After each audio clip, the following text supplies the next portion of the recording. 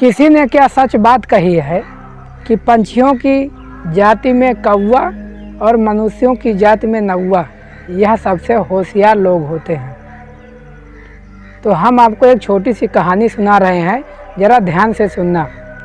कि एक नौवा था जो कि वह गांव में लोगों की बाल कटिंग का काम किया करता था और अपना खेती बाड़ी का भी कार्य करता था।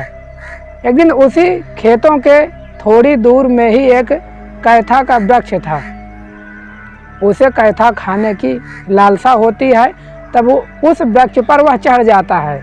वह वृक्ष इतना विशाल था और इतना सीधा था कि उस वृक्ष पर कोई भी व्यक्ति नहीं चढ़ता था। वह ढेर सारे कैथा वहाँ पर तोड़ता है और फिर उतरने को जैसे होता है तो वह उतर नहीं पाता है, क्योंकि कोई छोटी शाखा उस वृक्ष पर थी ही नहीं कि वह उसको पकड़ करके नीचे आ जाए। तब वह नौवा जो है परमपिता परमात्मा से निवेदन करता है, आग्रह करता है कि हे भगवान, हे परमपिता परमात्मा, यदि मैं आज इस वृक्ष से नीचे उतर जाऊंगा तब मैं 11 ब्राह्मणों को खाना खिलाऊंगा।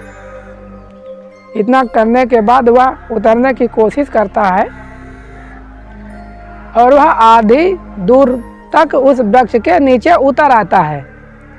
जैसे ही वह आधी दूर तक नीचे उतर आता है, फिर कहता है कि हे परमपिता परमात्मा, अब मैं आधा तो उतर चुका हूँ, मैं 11 ब्राह्मण नहीं तो मैं 3 ब्राह्मणों को खाना खिलाऊंगा।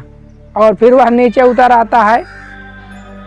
फिर जैसे ही थोड़ी ही दूर जमीन से बच जाता है और वह नीचे उतर ही होता है कि वह कहता है कि हे परमपिता परमात्मा, अब मैं 1 ब्राह्मण को खाना खिलाऊंगा। फिर नीचे आता है। नीचे आने के बाद कहता है कि मैं 1 भी ब्राह्मण को खाना नहीं खिलाऊंगा।